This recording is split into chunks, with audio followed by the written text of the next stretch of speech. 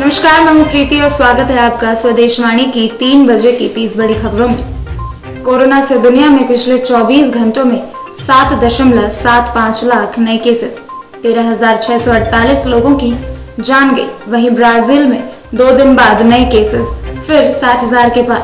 Corona vaccine के वितरण को लेकर WHO का चौंकाने वाला खुलासा। अमीर देशों पर जरूरत से ज्यादा वैक्सीन की खेप खरीदने पर उठाया सवाल। न्यूयॉर्क में ट्रकों में स्टोर है कोविड-19 मरीजों के 750 शव। 1 साल से कर रहे दफन होने का इंतजार।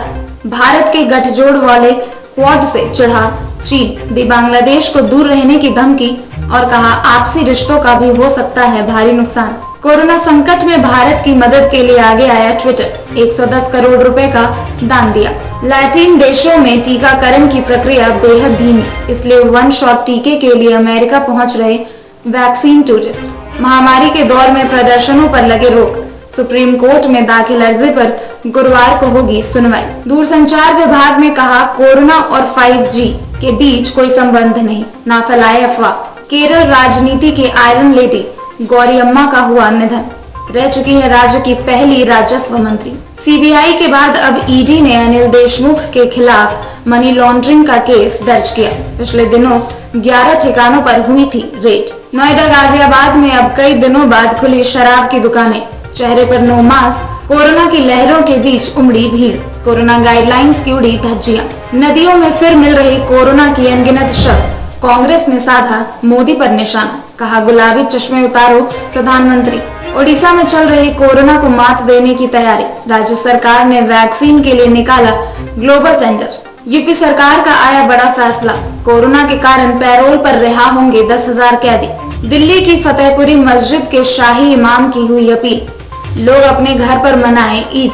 झारखंड में 14 मई से शुरू होगा 18+ वालों का टीकाकरण। 29,000 युवाओं ने कराया रजिस्ट्रेशन। 2.34 लाख डोज मिले, वहीं 2 दिन में 3.80 लाख और मिलेंगे। रांची में कपड़ा गोदाम में शॉर्ट सर्किट से लगी आग। दमकल की 5 गाड़ियों ने 1 घंटे की मशक्कत के बाद पाया काबू। नुकसान का अभी आकलन नहीं, वहीं 10 दिन से नहीं खुली है दुकानें। स्वास्थ्य विभाग की लापरवाही आई सामने। गुमला अस्पताल में बिजली कटते ही बंद हो जाती है मरीजों को ऑक्सीजन की सप्लाई। अस्पताल में रह रहे कोरोना मरीजों के परिजनों को स्वास्थ्य की जानकारी मिलेगी हर दिन। स्वास्थ्य सचिव ने जारी किया आदेश। झारखंड का रिकवरी रेट 10 दिनों में 3.67% तक बढ़ा। राजधानी रांची समेत कई जिलों की स्थिति पहले से कहीं बेहतर। बिहार के पूर्व सांसद पप्पू यादव पटना में हुए गिरफ्तार। लॉकडाउन उल्लंघन समेत कई लगे आरोप। पटना एम्स में 1 दिन की बेटी से हार गया कोरोना। जन्म के साथ हुई पॉजिटिव, 5 दिन में हुई नेगेटिव। बिहार में 24 घंटे में 10,174 संक्रमित मिले। कोरोना पर भारी पड़े संक्रमित। मात देने वालों की संख्या 15,800। तेजी से बढ़ रही कोरोना की रिकवरी रेट। बिहार में जिनके पास कोई पहचान पत्र नहीं, उनको भी लगेगी कोरोना वैक्सीन। लिया जाएगा टास्क फोर्स से मदद। टोक्यो ओलंपिक के लिए 95 एथलीट हुए क्वालिफाई।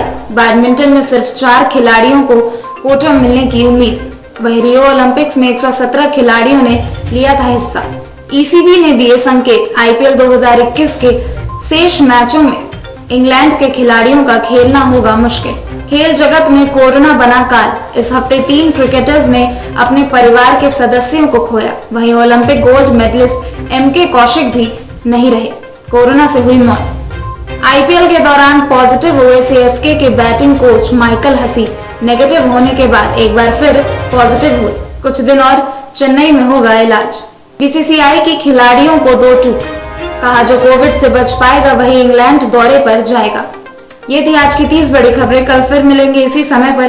तब तक के लिए बने रहें स्वदेशवाणी के साथ। धन्यवाद। स्वदेशवाणी।